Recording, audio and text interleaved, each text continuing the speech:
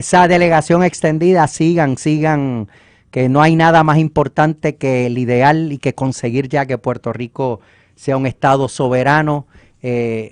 Francisco, tuviste la noticia que salió en el periódico de los Ferrer Rangel, en el área de negocios, diciendo que los boricuas que en Puerto Rico se pagan más impuestos que los constituyentes de las jurisdicciones americanas allá de los 50 estados, pero y no decían que la estadidad era cara, que lo que venían era taxes y taxes y taxes, y pagamos casi un 12% de impuestos de venta del sales tax, cuando el estado más alto es Luisiana y es un 11%, con la miseria de un per cápita de apenas 18 o 20 mil dólares, cuando el estado más pobre está en 50 mil dólares que en Mississippi, y los últimos dos, Alaska y Hawái, 76 mil y 84 mil, y eran igual que Puerto Rico, 2.200 su per cápita en el 59. No, si de verdad que en Puerto Rico no se pagan taxes, wow, no. Qué triste ver el nuevo día. Boricuas pagan más impuestos que los constituyentes de las jurisdicciones americanas y los 50 estados. Lo dice el nuevo día, no lo digo yo. En muchas ocasiones, y una cosa que, sobre todo con mi amada hija Yeisha Nicole, amén, en muchas ocasiones lo habíamos conversado hace tiempito de eso, y era el hecho de básicamente lo mismo que estás indicando. Ya se paga contribuciones por las cosas que compras y demás, y hay un porcentaje ahí alto de lo que se paga por contribución cuando estás comprando, pero entonces esos precios tan y tan bajos allá. Es una cosa. Voy a dar un ejemplo para que la gente entienda lo que estoy diciendo. Por ejemplo, vienes aquí y la leche, los huevos. Algo, vamos a decir, algo te cuesta aquí $1 y ¿por cuánto está el IVA ya? ¿Uno qué? 11 bueno, es 11.5, que del primer 12. Dólar es un 12, porque que yo sepa no dividen un chavo. Pues aquí viniste y pagaste 1.12. Y entonces vas allá y ves que dice, wow, no está en un 12, un ejemplo, está en un 15. Pero ¿cuánto cuesta el aparato ese de leche? 50 centavos. ¿Ves? No, y en la Florida el sales tax está en 7% y la leche bien baratísima y el impuesto mucho más barato. No, pero la estadidad es cara. No, que el property tax y el crimen, que es el crimen en Puerto Rico. Y la realidad, Francisco, nos engañan. Puerto Rico paga más contribución federal que 24 estados de la Unión. 24 estados de la Unión pagando todos los que tienen que pagar la contribución federal, como quiera, pagan menos que lo que se paga en Puerto Rico, que solo la pagan los empleados federales, pero se pagan impuestos federales desde el teléfono, desde el seguro social, en múltiples cosas en Puerto Rico, que es un país altamente consumista, se pagan impuestos. Y todos esos impuestos federales son pagos federales, son taxes federales. Puerto Rico paga más impuestos federal que 24 estados de la Unión. Nada de lo que nos dan es gratis, Francisco. Nada. Por supuesto. Pero el costo de vida, imagínate. El estado más pobre es 2 veces y media más grande en su desarrollo económico, porque es un desarrollo económico sostenido y sustentable, porque es un estado soberano. Puerto Rico es un territorio no incorporado y prácticamente de lo que vivimos es de los parchos de los fondos federales y de los dineros que entran cuando las pandemias y los marías de la vida. Pero eso se acaba y volvemos a la realidad. Francisco, Puerto Rico ya tiene que atender el tema del estatus y hay dos opciones.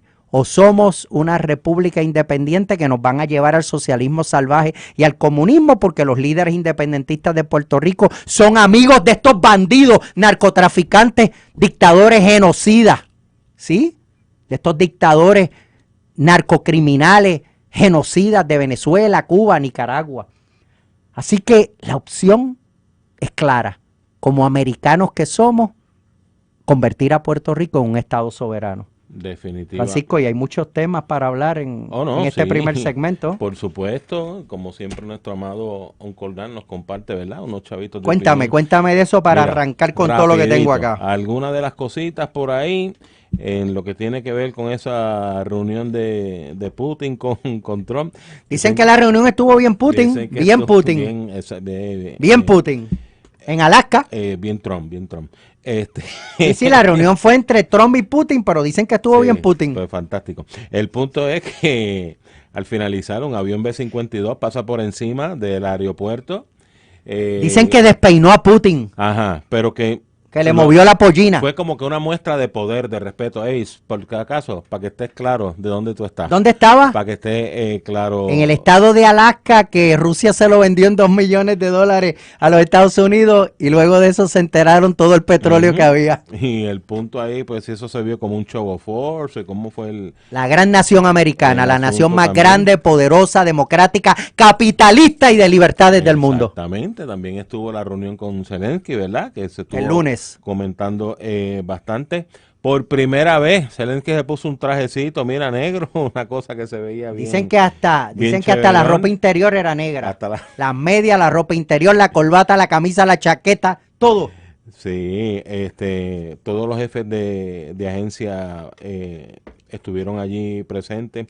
Vicepresidente Vance, el líder de la diplomacia, secretario de Estado Marco Rubio. Definitivamente. El punto es que hay unas cositas, ¿verdad? Por ejemplo, lo que tiene que ver con Zelensky, que le estuvo cuéntame. escribiendo a Melania. ¿La conoces, a Melania? Sí. Una gran primera dama. Excelente. Yo me puse a buscar un poquito de información acerca de ella y de las cosas y las gestiones que hace. La primera dama de Ucrania le mandó una carta a la primera dama americana. Una cosa, oye, muy eso bonita. No se ve todos los días, de verdad, dándole gracias.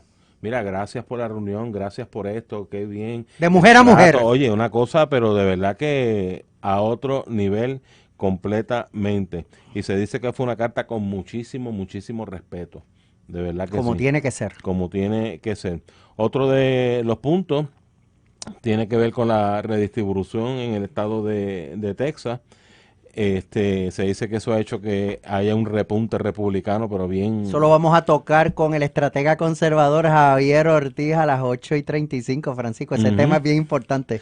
Otro también que se da de un senador demócrata, Adam Schiff, que quería residenciar al presidente Trump. Es verdad. Pero que está metido en un lito bien heavy. Listo. Que siga soñando.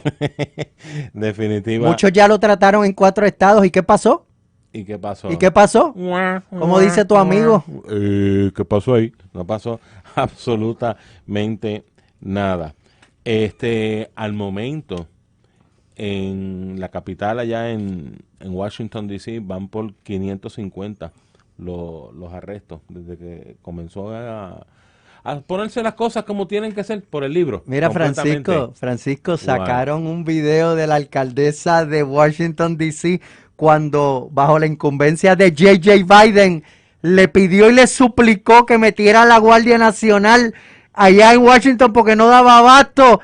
Y porque ahora están en contra porque lo hizo Donald Trump. Pero no se lo habían pedido a J.J. Biden. Oye, ¿eso es la bendita qué? La contra ya doble vara. Ese es como triple vara completamente. Bien intenso el asunto. Pues sí, van como por 550 los arrestos. Otro asuntito, mira, allá en la frontera entre los Estados Unidos y México, esa pared que divide, que es la que crea la frontera. Fence. Ajá, pintadita de negro, pero una cosa... Como el uniforme de Zelensky. Pues mira, pues... ¿Se combinó? Se combinó y están siguiendo esa... Obviamente eso hace, ¿verdad?, que dure más muy bonito. Esa pintura. Sobre todo, que ese muro se caliente porque eso absorbe bien el sol, ¿verdad? Y eso pues evita que algunos traten de ponerse payasitos y estarlo... simpático. Exacto, simpatiquito y estar brincando y demás. Así que básicamente, ¿verdad?, como te dije, Adam Schiff, senador demócrata, quiere residenciar a Trump. Está metido en un lío bastante grande el senador. Vamos a ver quién termina residenciado primero, porque hay algunos que tienen Eso se llama karma. Qué bien. Mira, yo buscando una palabra con Eso que se llama describirlo karma, es y lo como las dijiste. tarjetas Ahí de tiene. crédito. Exacto. Pues mira, Definitivo. Francisco, primero, antes de continuar, quiero unirme en el dolor y la pérdida de quien fue secretario de Estado en Puerto Rico, secretario de Seguridad Pública, ex candidato en primaria a comisionado residente, el buen amigo Elmer Román, capitán Román, por la pérdida de su padre. Nuestras Ya los condolencias. servicios fueron allá en Yauco, así que Elmer, un Ujú. abrazo bien fuerte, te queremos y nuestras condolencias a ti y a toda tu familia. Así mismo. Mira, Francisco, se está ya rumorando y ya Elon Musk dijo que está analizando el respaldo a la posibilidad que cada vez se ve más real de que quien será el candidato republicano conservador presidencial será el vicepresidente Vance, y ya se está mirando la papeleta Vance Rubio 2028, Keep America Great in Good Hands. Definitivamente, mi gente, para que lo tengamos claro, por si alguno tiene duda al respecto y demás, allá en lo que tiene que ver con las presidencias, tienen hasta 2 términos. Y ya Donald Y ya Trump tuvo el Donald Trump. primero y este es el segundo y dejará un Exacto. legado. Exactamente. Y en el tema de seguridad, y por ahí es que vamos, Francisco, felicitamos al presidente Donald Trump. El que fuera en Alaska no fue casualidad, Alaska era ruso, se convirtió en un territorio americano, lo compraron por $2 millones, luego de eso apareció todo el petróleo y en el 59 Alaska se convierte en un estado. Todo el mundo pensaba que iba a ser un estado demócrata y desde el inicio se convirtió en un estado republicano, junto con Hawái, que en el 59 también se convierte en estado, que todo el mundo pensaba que iba a ser un estado republicano y desde el inicio ha sido un estado demócrata. Inclusive de allá viene Barack Obama. Ambos tenían el mismo per cápita que Puerto Rico. Así que yo sí quiero ser como Hawái. Yo quiero ser como Hawái. Yo desearía ser como Hawái. Hawái en el 1959 y Alaska, ambos, tenían un per cápita de $2,200, igual que Puerto Rico. Hoy el de Puerto Rico apenas 18, 20 mil. El de Hawái está en $76,000 y el de Alaska en $84,000. ¿Qué diferencia? Yo sí quisiera ser como Alaska y Hawái. Definitivamente, y no ese populismo de izquierda radical de los socialistas salvajes que se creen que alguien se va a comprar la cancioncita y el cuentito.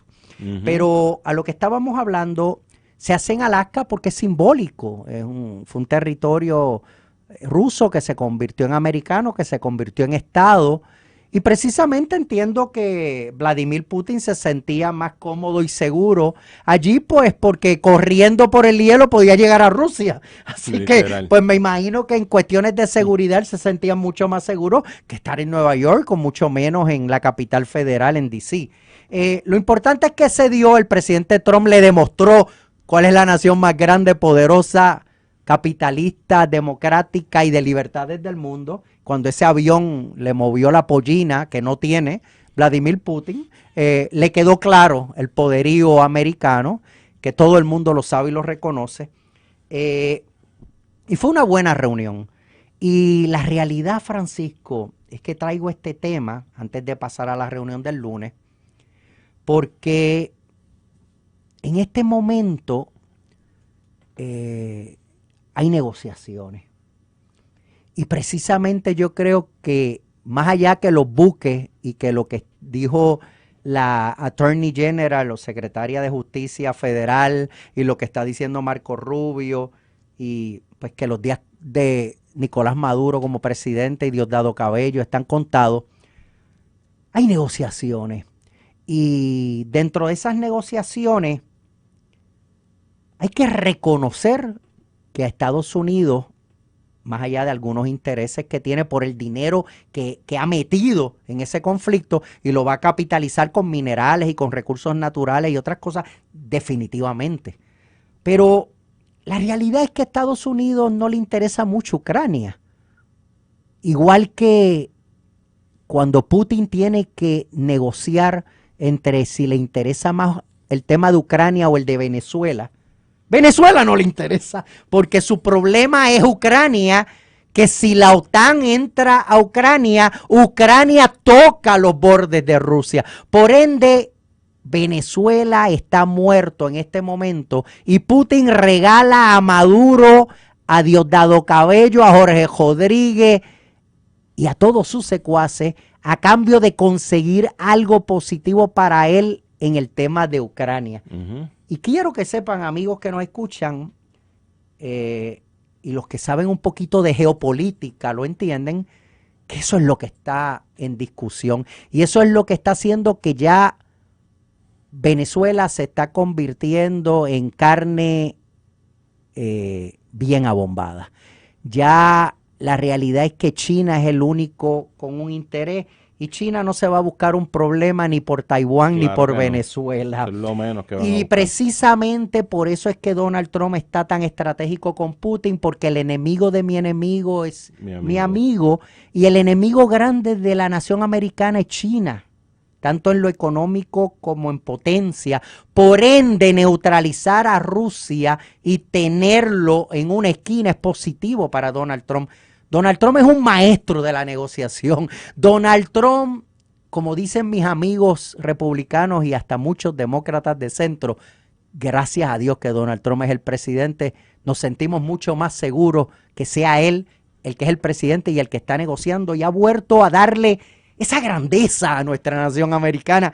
Fíjate que el lunes en la reunión con Zelensky viene acompañado de un grupo de presidentes de distintos lugares de Europa, los líderes de los países libres y democráticos del mundo. Allí estaba la primer ministro conservadora de Italia, fanática de Donald Trump, muy contenta allí con él.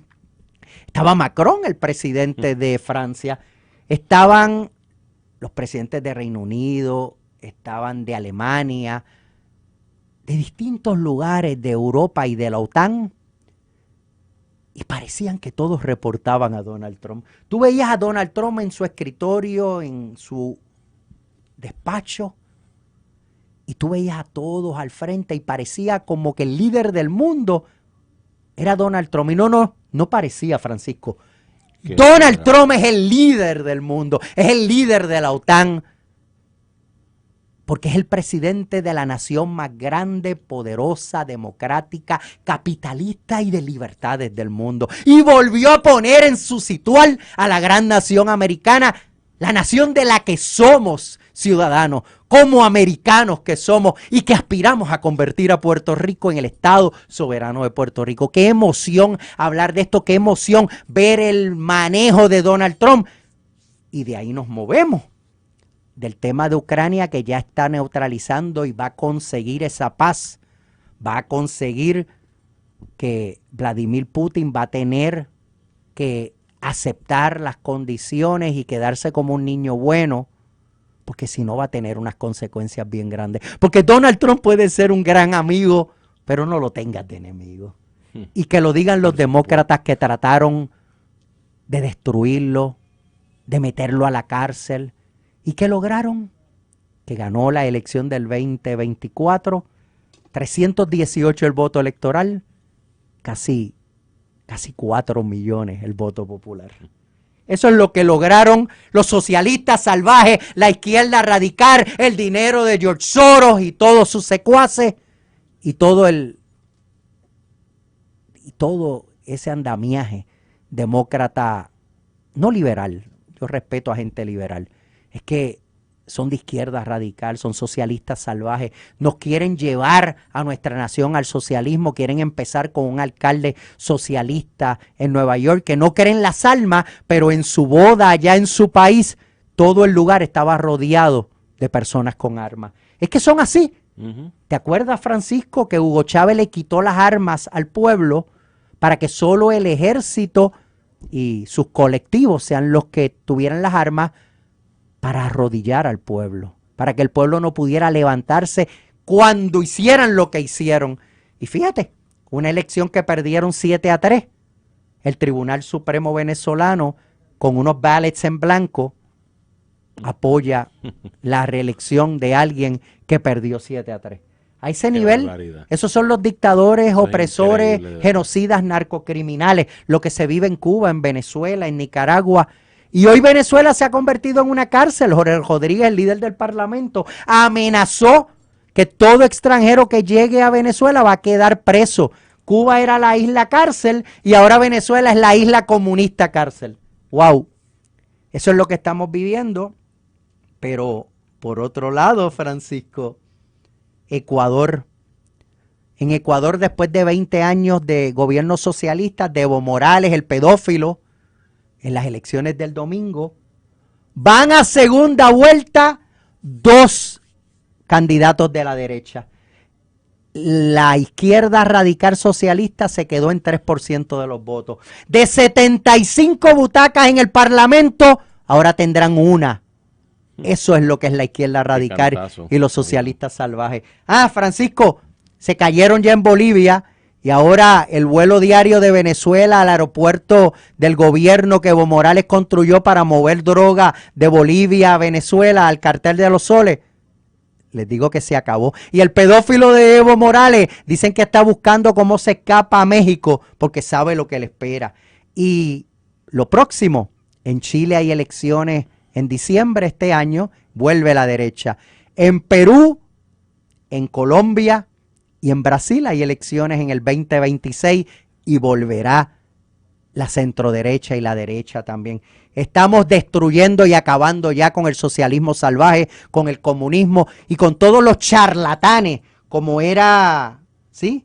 Como era este asesor del presidente hoy Maduro, asesor del jefe del cartel de los soles, Rafael Correa, que desde Bélgica ya reconoció en un video que es asesor del jefe del cartel de los soles, el buscado con 50 millones de dólares, Nicolás Maduro, que dicen que en Venezuela se acabó el Pepto-Bismol.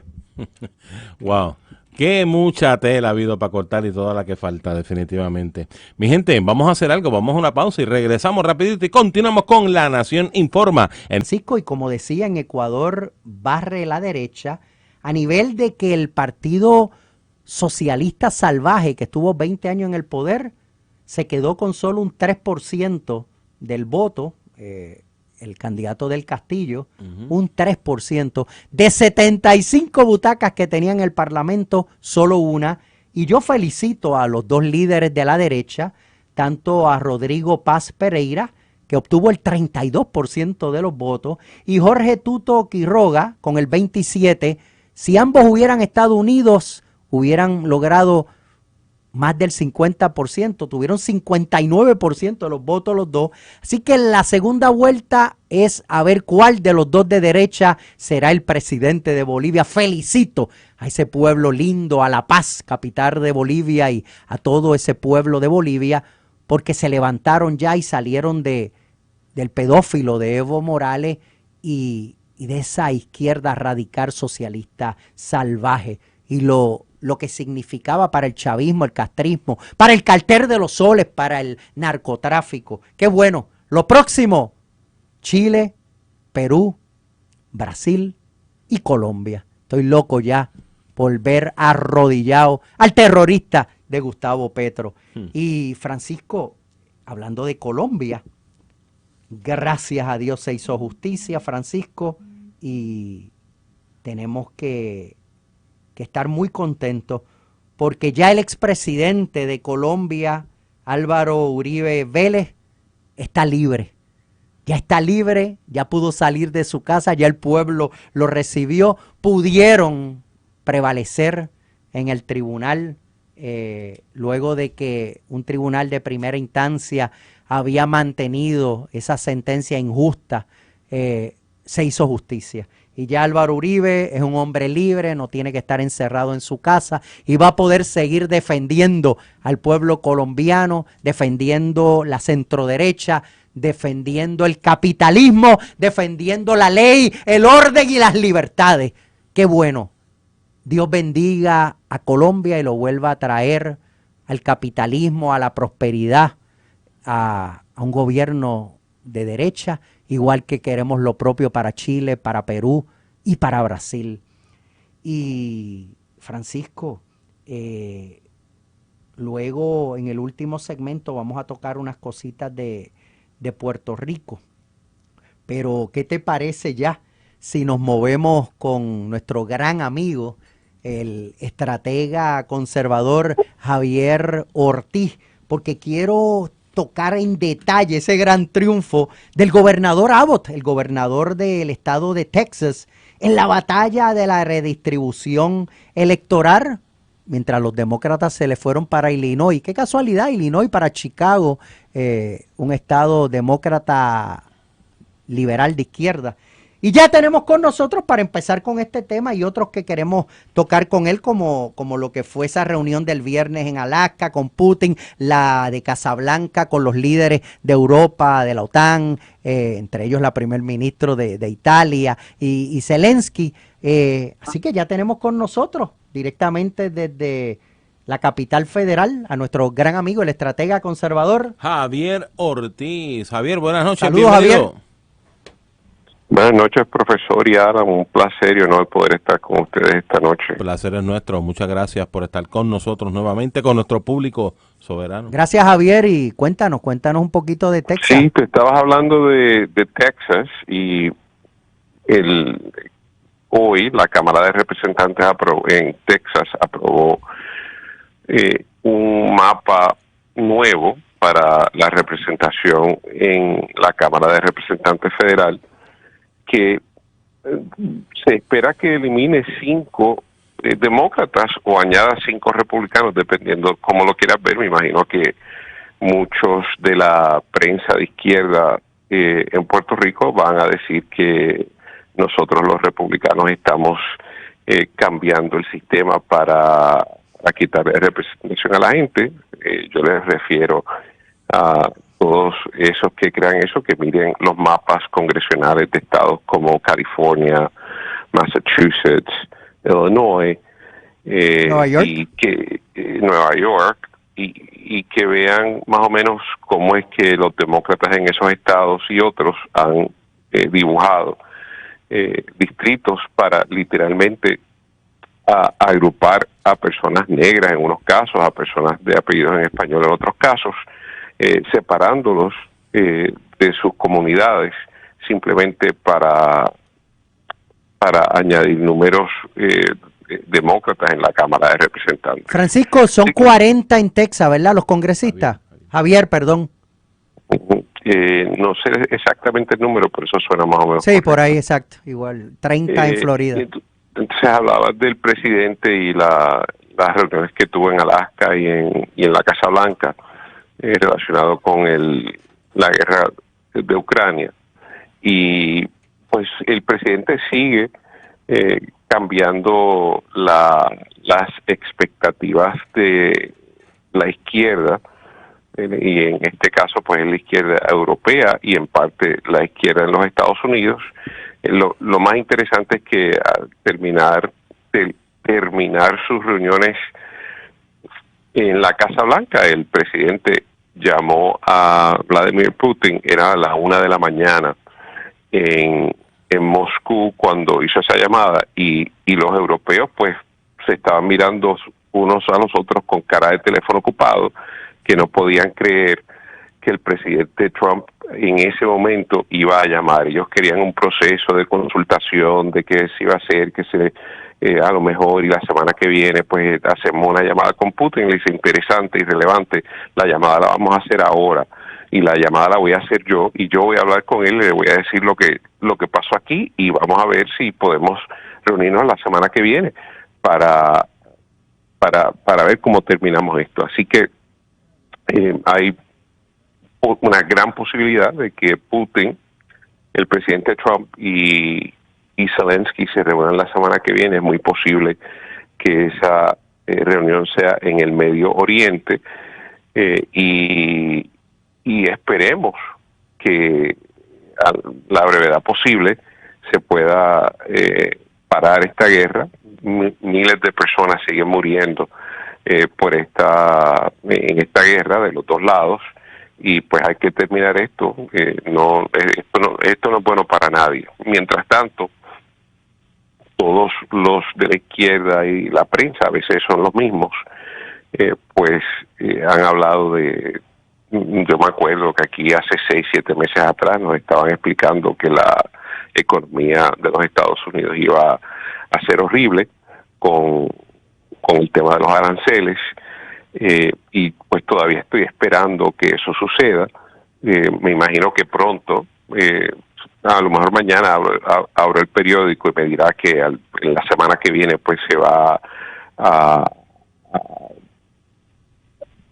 la economía se va a desplomar y que todos vamos a perder nuestro dinero y todos vamos a estar sin casa. Así que yo menos que tú trato de oír la prensa de izquierda no tan a menudo, porque siempre yo sé lo que van a decir, que todo lo que hace el presidente es malo. Mira lo que está sucediendo en Washington, D.C., que es horrible.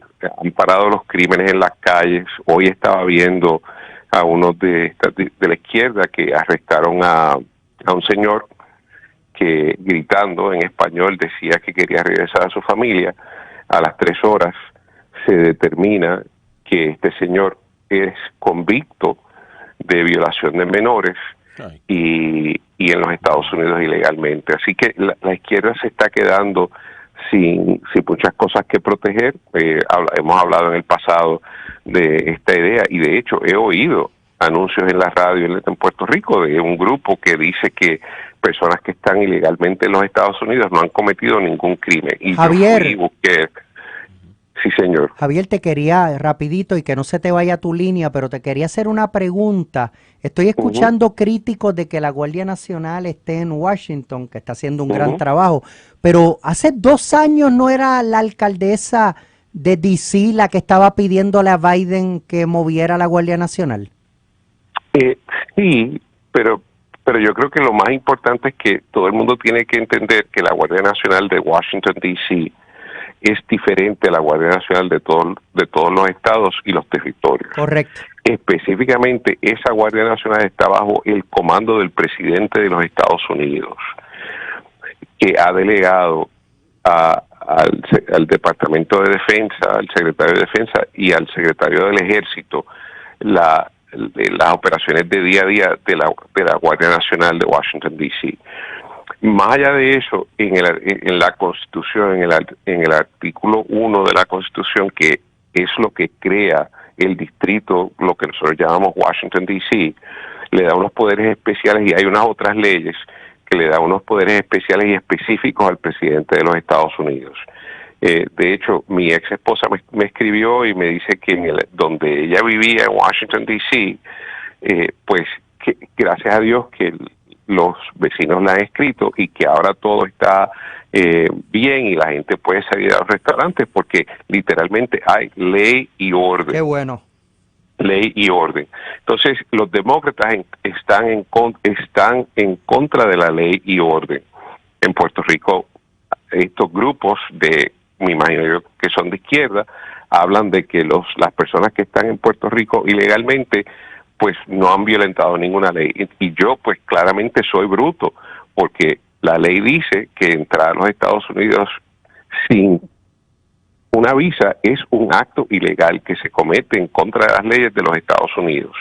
Entonces, en Puerto Rico, en Nueva York, vemos lo que está sucediendo con la migración ilegal es un delito.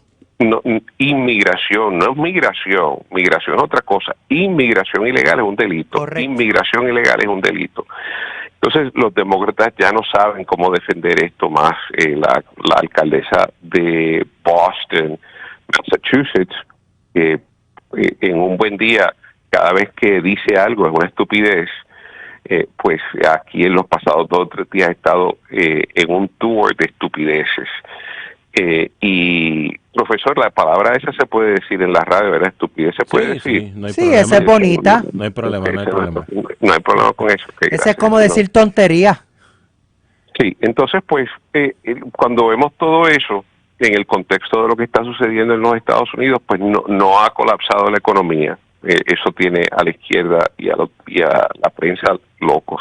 La gente literalmente está tomándose videos en las calles de Washington, D.C. diciendo, ahora podemos salir y qué bueno que estoy caminando. Vi uno diciendo, estoy caminando y no hay olor a marihuana. Lo que no pasó hay en San gente, Salvador.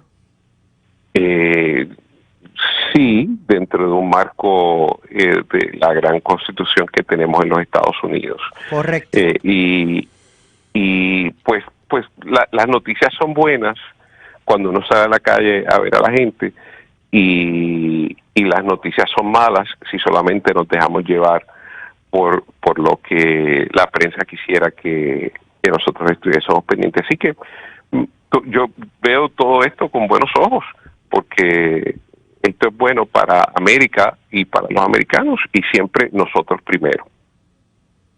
Definitivamente, así que cuéntame un poco esa reunión en Casablanca, ver al presidente Donald Trump en su escritorio y ver a todos estos líderes que representan líderes de los países libres y democráticos, ver la mirada de la primer ministro conservadora de Italia como miraba, admirando a Donald Trump, lo que estaba sucediendo. Háblame un poco de, más allá del tema de Ucrania, lo que representó esa reunión para el mundo y para la grandeza de que vuelve a Estados Unidos a lucir como el líder de la OTAN, el líder del mundo, la nación más grande, poderosa, de libertades, capitalista y democrática del mundo, Javier.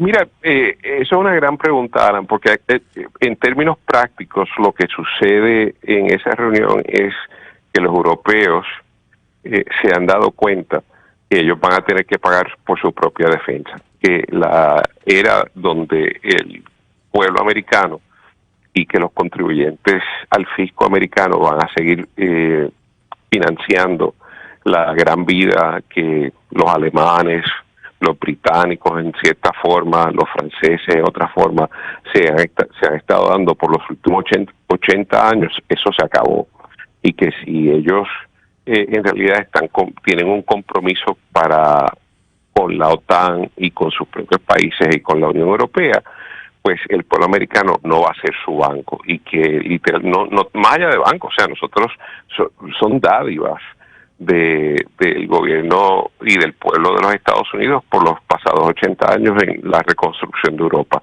Y eso es lo que esa foto que tú describes, esa foto quiere decir, para mí, nosotros vinimos, desde la perspectiva de los europeos, vinimos a ver al que nos va a obligar a que nosotros tengamos que ser autosuficientes y que tengamos que pagar nuestras propias cuentas, porque el pueblo americano ahora se va a preocupar por ellos y ellos van a estar primero. Así que eso es para mí es lo más importante de lo que ha sucedido, y precisamente eso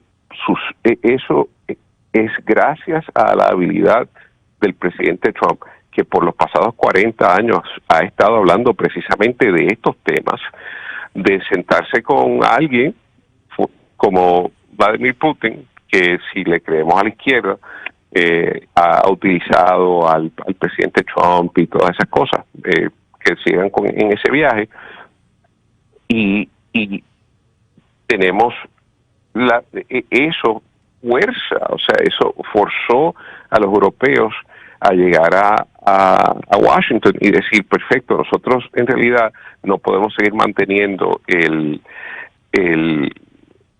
lo que se llama el War Industrial Complex, y tenemos que pagar lo que mucha gente llama el Beggar Industrial Complex, porque no podemos seguir mendigando del pueblo de los Estados Unidos. Así que esa es mi interpretación de esa foto.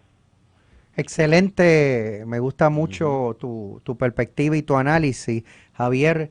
Javier, te pregunto, con tu experiencia, ¿qué tú entiendes que va a pasar en Ucrania? Finalmente, Vladimir Putin va a ceder y va a dejar esta terquedad de querérselo llevar todo como él quiere, sabiendo todo el mundo que no va a poder ser así.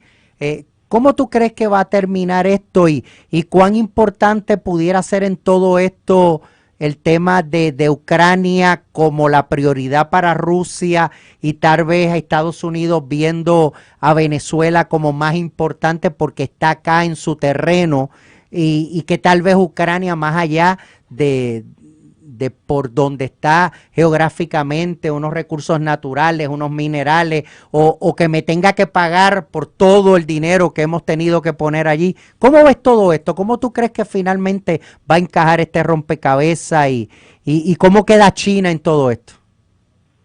Una gran pregunta, porque de la perspectiva rusa y la perspectiva ucraniana es interesante porque los dos tienen en común el hecho de que hay partes de lo que hoy es Ucrania que son étnicamente rusos.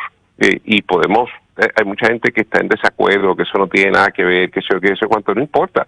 Lo que importa es que eso es lo que Vladimir Putin cree. Y importante, nosotros hablamos de esta guerra ahora, pero en el 2014, cuando Rusia invadió a Crimea, invadieron a Crimea bajo el pretexto de que Crimea había sido parte de Rusia, se le había cedido a Ucrania y que los ucranianos estaban tratando mal a esas personas porque eran étnicamente rusos. Y yo creo al final del día que eso va a jugar un papel grande, mucho más grande de lo que la gente cree, precisamente por la perspectiva que Rusia trae a la mesa de que si son étnicamente rusos, pues deben estar protegidos por Rusia. Eso veremos a ver dónde queda, pero claramente lo que Vladimir Putin ha puesto en la mesa es que el terreno que está ocupado por Rusia hoy se queda en Rusia. Que Ucrania quiera eso o no, que Zelensky pueda hacer eso o no, eso serán otros 20 pesos. Hablas de China. China tiene un rol muy importante porque China y la India, los dos, están consumiendo mucho de una gran cantidad, si no todo, del petróleo y el gas de Rusia, que ha mantenido a Rusia literalmente en la habilidad de poder financiar esta guerra. En Venezuela, pues mira, yo tengo una perspectiva muy diferente en Venezuela. Nosotros como país nosotros importamos petróleo de Venezuela. Y yo sé que hay mucha gente que quiere tener una conversación de que si son socialistas, que si son un montón de cosas. Todo eso es interesante. Venezuela no es el único país que tiene un sistema socialista. El pueblo literalmente no tiene armas para levantarse en contra de Maduro. Chávez se las quitó. Bueno, el que se las ha quitado, no importa, no las tienen hoy, nadie se las va a dar. Y no tienen el dinero, y nosotros como país no le vamos a dar armas a esa gente, punto, y se acabó. Entonces, la idea de que los Estados Unidos, pues nosotros tenemos un sinnúmero de buques de guerra, dice la prensa, en esa área del Caribe para narcotráfico, y hay mucha gente que se está entusiasmando de que nosotros como país vamos a invadir a Venezuela, tratando de emular la situación de Panamá. Eso no va a pasar. Eso no va a pasar. Los Estados Unidos y el presidente Trump no van a invadir a Venezuela para cambiar el régimen de Venezuela. No va a suceder. Vayan y compren una botella de ron, bébanse la botella de ron, piensen todo lo que quieran en ese tipo de cosas. Eso no va a suceder. Nosotros tenemos nosotros estamos haciendo negocios como país con Venezuela como país. Le hemos dado licencias a compañías americanas para exportar petróleo de Venezuela. Nosotros no vamos a invadir a ese país. Que si el pueblo encuentra formas de sacarlo, pues esos son otros 20 Javier, pesos, pero se me está acabando el tiempo y quiero que me toque rapidito el tema de Bolivia. Luego de 20 años, Evo Morales y el socialismo salvaje en Bolivia, la derecha va a segunda vuelta, 2 candidatos de la derecha, 59% de los votos, y el socialismo salvaje se quedó en el 3%. De 75 butacas en el Parlamento bajaron a 1. ¿Qué te pareció? ¿Te sorprendió eso en Bolivia? No, porque la gente ha vivido el socialismo, ha vivido Evo Morales. Yo he tenido la oportunidad de conocer a Evo Morales y es pues casi un cero a la izquierda, casi un cero a la izquierda. Y sí, él fue utilizado por mucha gente de izquierda de muchos otros países y todo eso, pues el pueblo se cansó de eso. El pueblo tiene acceso al Internet, ve el resto de las cosas que están sucediendo y dice, esto no funciona, el socialismo no funciona y lo vamos a cambiar. Y pues ahí están los resultados. Y eso es lo que tiene que pasar, sea en Bolivia, en Venezuela o en cualquier otro sitio donde la gente crea que tiene un sistema de gobierno que es opresivo, que todo tiene que estar basado en lo que diga el gobierno, en lo que diga el presidente, en lo que diga el gobernador o lo que sea, pues voten a la gente y se pongan gente que no quieren ese tipo de cosas. Bolivia es un gran ejemplo de cómo un sistema democrático, no dije democracia, dije un sistema democrático donde la gente se expresa, pues está trabajando, que le tomó 20, 25, 30 años, pues eso es lo que tiene que hacer. A lo mejor algún día será un país próspero como era en un momento y no van a estar envueltos en el narcotráfico. ¿Y cómo estás viendo ya en unos segunditos que nos tenemos que ir a pausa? ¿Cómo estás viendo a Milei allá en Argentina, cómo está transformando la economía, bajando la inflación? ¿Qué te ha parecido? De nuevo, un gran ejemplo de cómo el pueblo se cansa. Yo conocí a Cristina Kirchner, a su esposo y a toda esa gente, y ellos literalmente siempre hablaban de que ellos querían un sistema socialista. La gente en Argentina se dio cuenta después de 25 años que eso no funcionaba y que quitarle a los ricos para darle a los pobres, pues eventualmente los ricos no van a tener nada para darle a los pobres, que la solución es ir a trabajar y sudar y tener la oportunidad de crear riquezas a través del propio esfuerzo. Y pues eso es lo que está sucediendo en Argentina. La gente se dio cuenta. El presidente Milei llega a un momento donde la gente ya estaba cansada y él les dio la esperanza de cortar el gobierno, sacar al gobierno de las vidas de la gente y reemplazar eso con oportunidad y trabajo.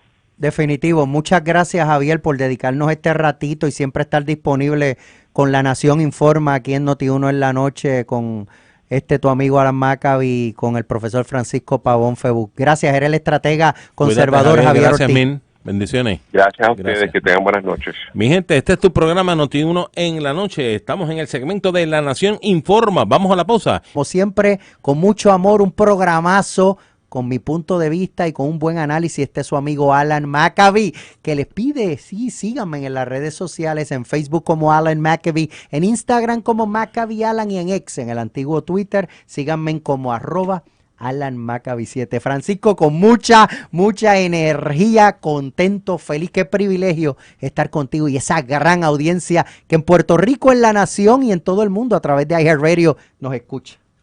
Mira, Francisco, hemos tenido como siempre un programazo, hemos tocado muchos temas de la nación a nivel internacional, de lo que está sucediendo, pero hay algunos temas también aquí de Puerto Rico, cositas que están pasando en Puerto Rico que a veces nos ponen a pensar el problema de la familia, de los valores, ver cómo una madre puede inclusive ponerle en la mano un arma a una niña para que mate a otra.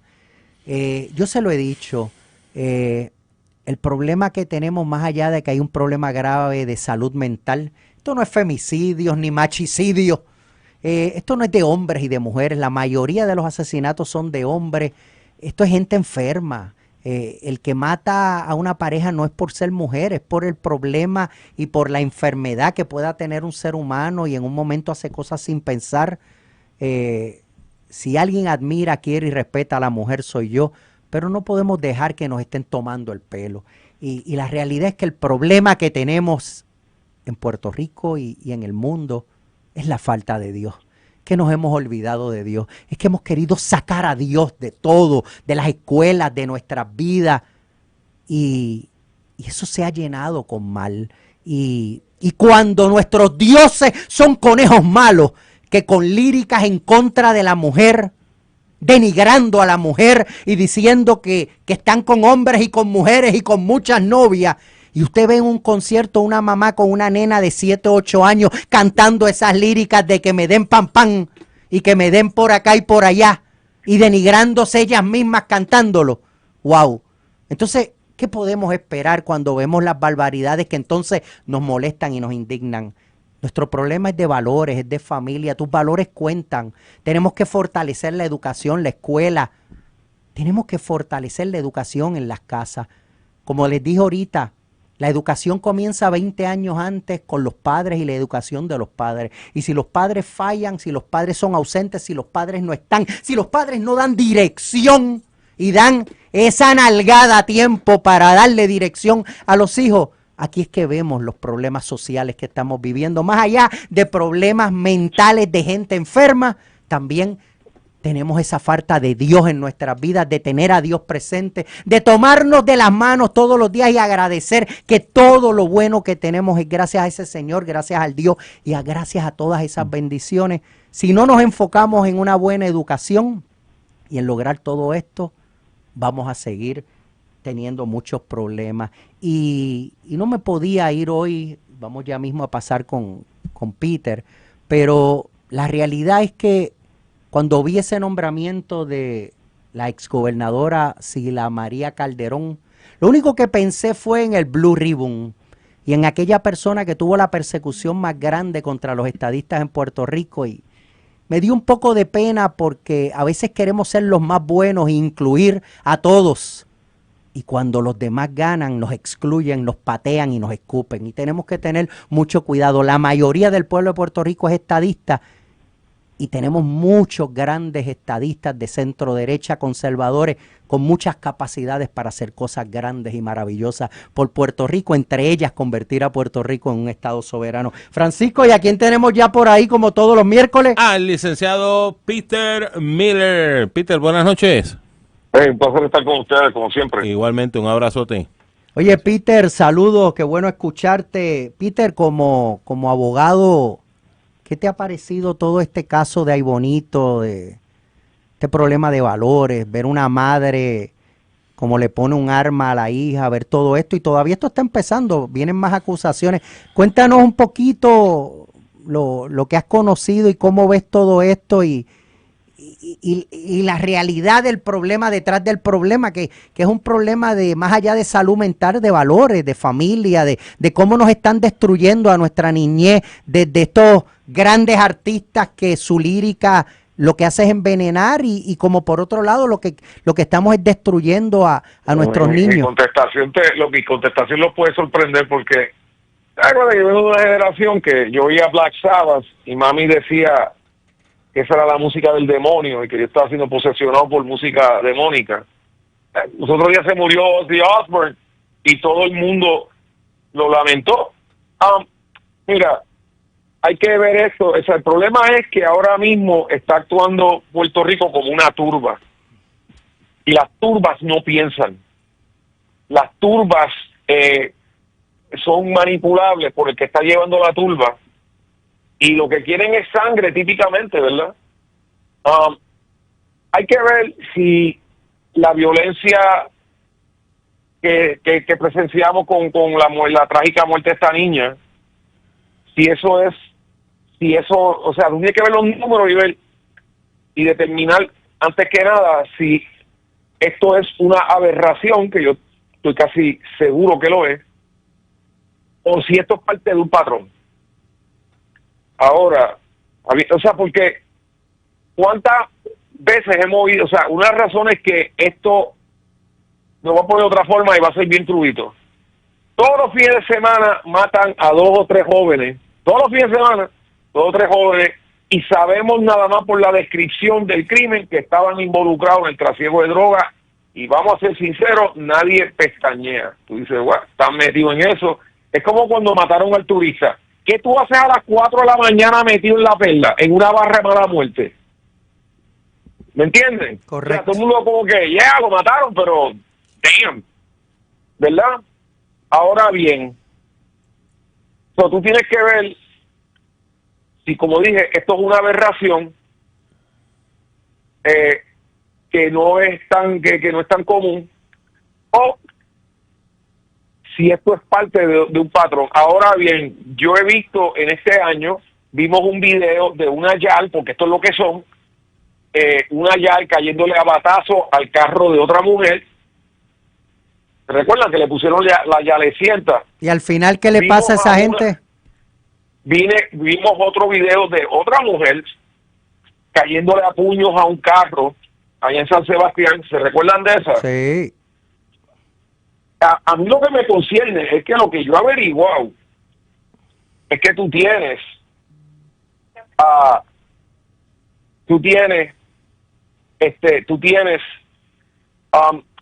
La que insultó a la gobernadora que destruyó una patrulla. pues así empezamos el año, con una chamaca interrumpiendo. O sea, que hay una subcultura donde este tipo de cosas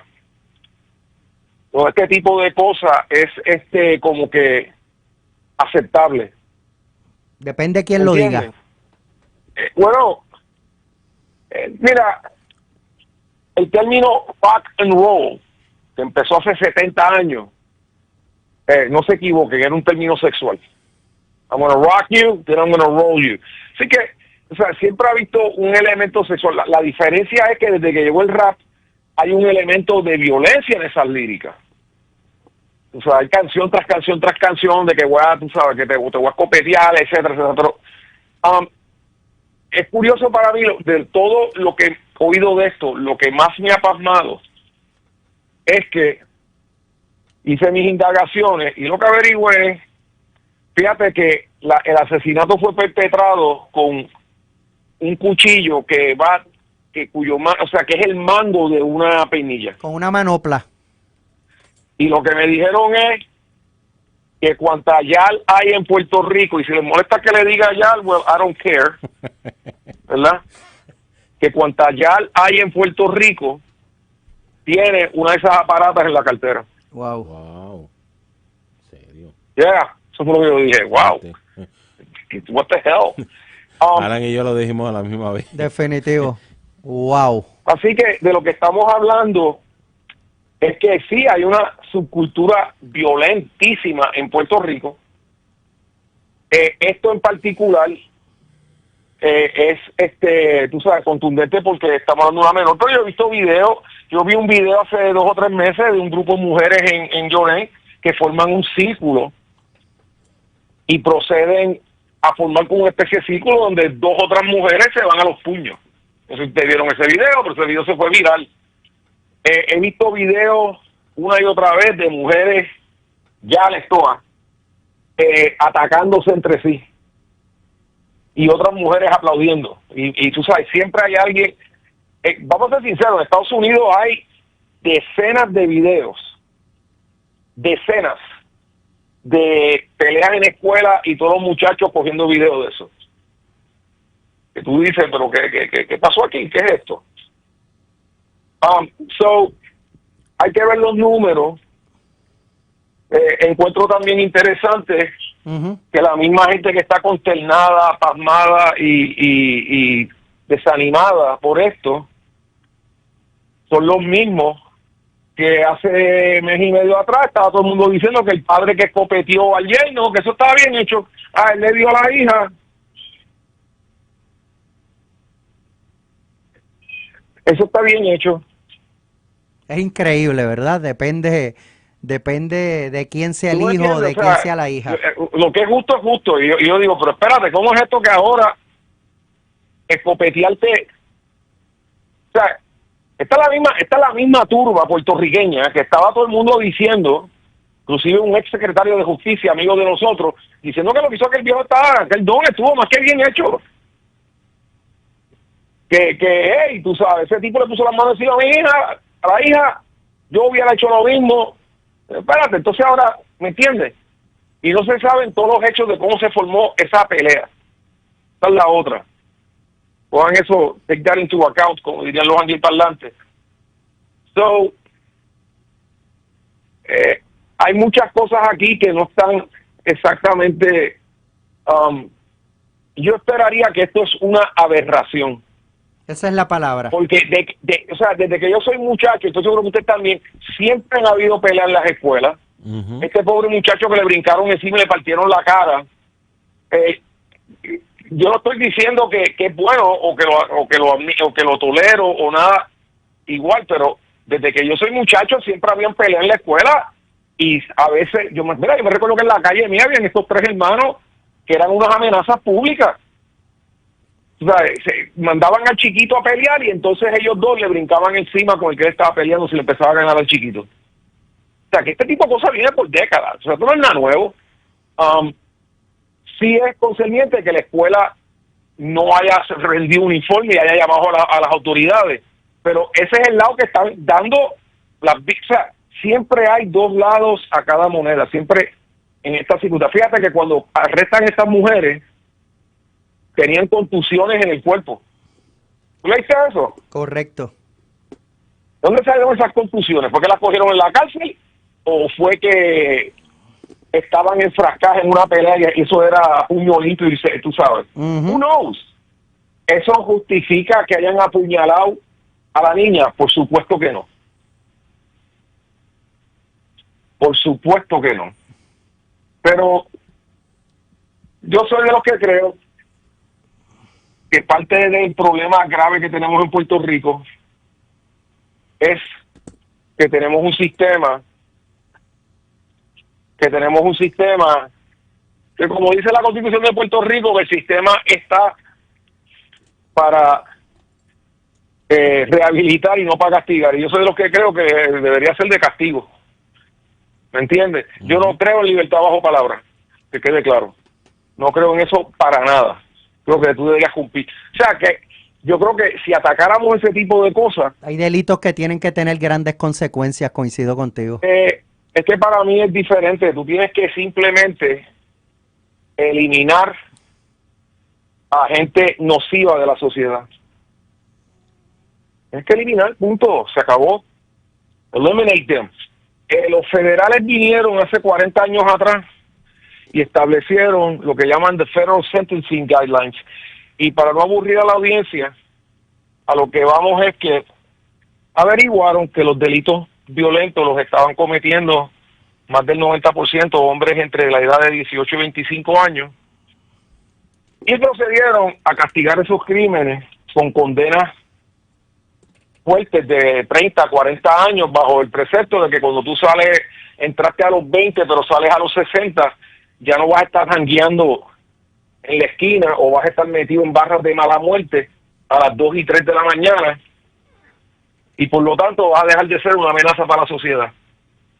Y tan pronto hicieron eso, al final de la década de los 80, el bajón en crímenes violentos en Estados Unidos fue épico.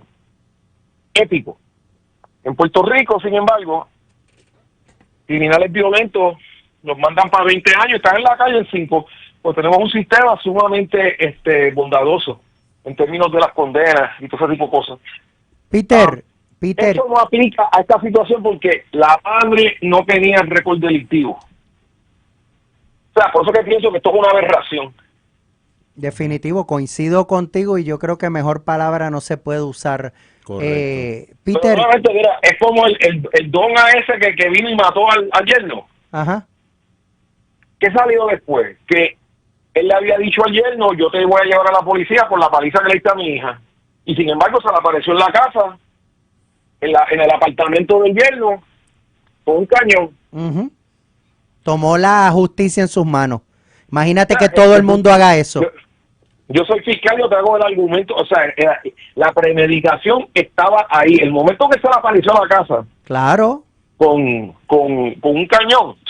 ¿Para qué lo llevaba? Fue un asesinato, fue un asesinato. Y es lo mismo con este tipo de situación, que tú hacías con una peinilla que es un cuchillo verdaderamente. Y yo sé que han ocurrido 2 o 3 estas cosas, pero en términos de estadística, ahora bien, Puerto Rico siempre, en términos de los asesinatos, ha estado top 5 en Estados Unidos. Lo que pasa es que, como dije, si dejas que los criminales sepan que verdaderamente no va a haber una penalidad fuerte, por lo que están haciendo, bueno, ¿qué tú crees que va a pasar? Definitivo. Peter, me gustaría escuchar tu punto de vista. Lo dejé para lo último, lo quise tocar contigo y un abrazo y saludos al buen amigo pesquerita Papo Mercado allá en Cagua, que nos envió un mensaje muy bonito.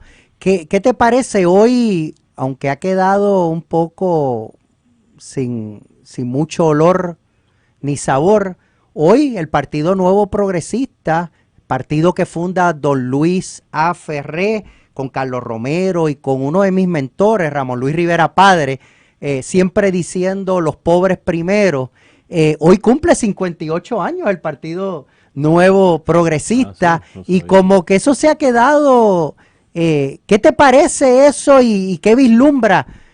¿Cómo ves a ese partido que hoy cumple 58 años, que se fundó con esas palabras de Partido Nuevo Progresista, estadidad, seguridad, progreso, y luego se le incluyó igualdad, pedido por Carlos Romero Barceló? Ya hablar del Partido Progresista a veces me da un poco de miedo, porque los progresistas prácticamente es la izquierda radical que se ha apoderado de eso, pero en aquel momento era progresista de progreso. ¿Qué te parece, Peter? Bueno, yo no soy ningún fanático de Luis Ferrer. Habló mucha baba sobre la estadidad. Al final del día, él y su familia son toda una partida colonialista. Yo sé, los pasmé, pero ese soy yo. El día que me quieran dar una hora, les explico tajantemente por qué yo pienso de esa manera. Pero, anyway, el PNP, con todos sus defectos, y los tiene, y son grandes, sigue siendo el único movimiento político buscando la igualdad, o sea, la estabilidad. Ha resultado ser en los últimos 32 años en el mejor administrador colonial, porque cuando está el PNP la economía crece, cuando están los rojos la cosa se pone... Cuando el PNP gobierna, como dice Tomás Rivera Chat, Puerto Rico progresa. O sea, ese es el problema, esa es la dicotomía con el PNP, que resultamos ser mejores administradores coloniales de los populares, que son los que supuestamente defienden esto. O sea, es el único partido. Ni ellos saben administrar su colonia. No, es que la fórmula del Partido Popular es y va a seguir siendo: sube las contribuciones, el gobierno es el patrono de último resort. La mentalidad socialista. Sigue siendo el único partido. No sé, que la gobernadora hizo el mes pasado un evento de recaudación de fondos para el PNP, la primera vez que se hacía en muchos años. Yo sé cuáles son los planes de ella. Mira, como te dije, el PNP tiene muchos defectos, sigue siendo el único partido. Busca la igualdad. Si quieren que cambie, hay que cambiarlo pues desde adentro, no tirándolo desde afuera. El único instrumento de lucha de la estadidad. Es bastante fútil hacer ese tipo de cosas. Y entonces, pues, como yo digo, si tú quieres terminar como Miriam Ramírez, que la invitaban para ir a los la invitaban a programas de no estadistas para ella atacar a los estadistas. Correcto. Si tú quieres terminar así, pues santo y bueno. Si quieres trabajar desde adentro, es más fuerte, sin duda. Los cambios se hacen desde adentro, coincido contigo. No necesariamente es cierto, pero en esta situación sí. ¿Por qué se fundó el PNP? Porque el Partido Estadista Republicano tenía unos defectos salvajes. En primer lugar, que estadistas demócratas quedaban fuera. Por eso es que a mí no me gusta meterme en los debates nacionales, aunque tú sabes, Trump 2.0 me encanta, pero no me gusta meterme en los debates nacionales, porque hasta que no seamos un Estado, tenemos que estar juntos, los demócratas y los republicanos, dentro del PNP. En ese sentido, Ferré eso fue genial, quitarle el nombre, o sea, de republicano al partido, porque eso, pues, si tú eras un demócrata, ¿cómo demonios iba a estar en un partido republicano? Y es bien válido que existan demócratas. Mira, yo estoy en un programa, o sea, los miércoles esta tarde estaba Emma Marrero en el programa de Luis Dávila. Emma es bien estadista, pero además es demócrata, vicepresidenta del partido. El hijo de Luis es el presidente del Partido Demócrata, Luis Dávila apenas, súper estadista. En términos nacionales yo no estoy de acuerdo con ellos en nada. Pero ahora... Pero todos somos estadistas. Eso es lo que pienso, o sea... Tenemos que estar unidos. hay que seguir ese tema. aportando, porque ahora mismo el PNP, que yo sepa, no tiene sede. Hay que comprar una sede y fortalecer eso, porque el PNP es más grande que los candidatos, aunque algunos de ellos no piensen Eso es así, la estadidad, el norte estadista es lo más importante, Peter. Peter, nos queda un minutito, rapidito, menos un minuto, ciérrate el tema. Lo que nos quieras decir Bueno, final, que nos tenemos que ir. el punto es el siguiente. Hoy, que el PNP cumple 58 años, cuando tú ves al PDPD, el PPD está en añico, el PIB sigue siendo un culto a la personalidad de Rubén, ahora a la del falocrático, que me encantaría que algún periodista le permita a él cómo él se gana la vida, porque ese tipo no da un tajo. Las propuestas que tienen Nos va a volver a la Autoridad de Energía Eléctrica con Jaramillo, esa es su propuesta de energía. No hay manera que suelten los 13,000 millones de reconstrucción del sistema, y esa es la situación. Gracias, ¿Okay? Peter, se nos acabó el tiempo. Y cuando Trump nombre a esa nueva junta, lo verán. Así mismito, no hay duda de eso. Peter, agradecido como siempre por Un compartir abrazo, tu gracias. opinión. Te nos cuidas mucho, bendiciones. Gracias, Min. Hey, cuídense. Igual.